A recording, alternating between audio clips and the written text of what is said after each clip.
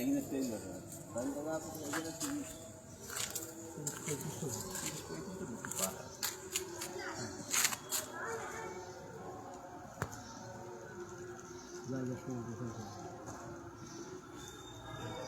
ঘাটি পড়ে কিন্তু দাদা সমান আছে টেবিল করে তো আপনি কালকে থেকে করতে নাকি দুদিন সকালে করলেন সকালে হয় পারবে না তো এই দিন সকালে কেউ আসবে না তো নামাজ টেবিল না উপর সামিয়ান দিতে হবে শুধু সামিয়ানা উপরে দেবেন একটু নাকি শুধু টেবিল দেবেন শুধু টেবিল দিয়ে দিই না রোদে বসতে হবে না উপরে একটা সামিয়ানা উঁচু করে একটা সামিয়ানা দেন সোজা পাতলা করে একটা সামিয়ানা দিয়ে দিন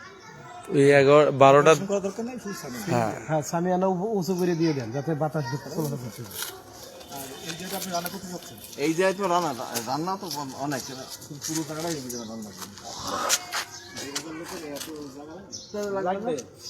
আর সাদা করে তার বেশি আপনার 1500 লোক লেখা 2000 লোক হয়ে যাবে আপনার 500 হাতে রাখছেন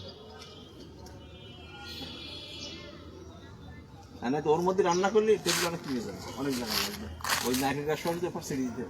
রান্না করলে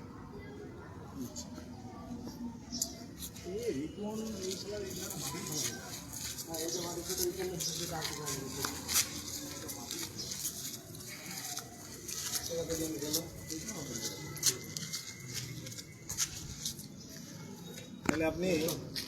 কালকে তাহলে আপনি টেবিল ইয়ে করে ফেলেন যে করে থাকেন। আবার এও করতে পারেন এও একটা মজা আছে নিচে বসাবেন না না